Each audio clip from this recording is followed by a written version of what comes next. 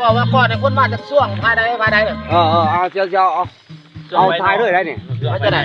บอกไปที่บอกไปเลยที่บอกไปเลยพักเลยเจ้าก็บอกปีใหม่เดือนใหม่เด้อเดือนใหม่ว่าเลยจอดการล่าวเนาะนี่ได้มาหวมอยู่เขตหัวชิป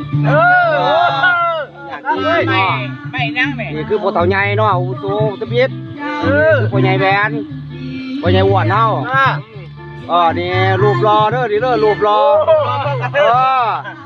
ได้มาหวมอยู่สถานที่เพื่อนของสหายค่ำเนาะนี่สวนปลาหน่อไม้เด้อพี่น้องปลาหน่อไม้สายบอกครับแม่เพชรต้องคำเนาะแม่เพชรนามสกุลแม่เพชรไอ้บนนี้อธิบายเลยยันจะชอบนี่เจ้าภาพเจ้าสัทธานี่โอ้ยรูปรอนี่ยังสิได้ต่อไปนี่มี2มี3อยู่เดือน8ปีใหม่มื้อนี้มันปีเน่า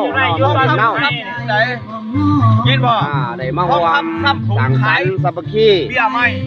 ปีใหม่เดือนใหม่ดูหินกองพระพี่นี่เล่าเฮาแม่นทองคำนี่อาหารกินนี่โอ้ยเพียบสัตว์ปูสัตว์ปลามีเบิดนี่มากล้วยมาห้อยไข่มันซื้อนี่มันต้นนี่กำลังนี่มันต้นนี่กล้วยนี่โอ้ยเบิ่งโดดพี่น้องไม่เคยนี่ของแก่ของจริงนี่ทำซ้ำถุงไหนคอยใส่ซื้อแล้วของจริงมันขายรับมันพี่น้องอยากมาท่องเที่ยวอยากมาเบิ่งมาส้มนี่ซื้อเอาผลิตหวยซีหวยปลาซิวเฮาขึ้นกระเบื้องสนามไส้ห่างจากปากซองมาประมาณ30 กิโลเมตรลงมาเขตน้องม่วงแต่ก็เดียวพัวเข้ามาที่ให้พอว่าอีกทีจะชั่วลายนี่เราขาวเราปุ๊กลองยาไม่ใช่ว่าภาคแล้วชุดใจแหละติดต่อมาก็ได้ท่านนี้เอาเบอร์นี่ติดท่าเลยพระนายบายสูงนี่ยังกับมาบอกว่ากันเด้อพี่น้องเด้อ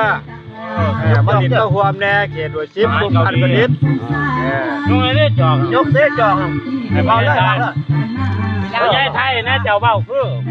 พ้นทินพ้นไม่ได้แท้ไม่ขั้วเลยเด้ออาจจะขั้วแต่พอเราหักเลยทุกวันเอาผมมาขั้วเนาะทาเลยเ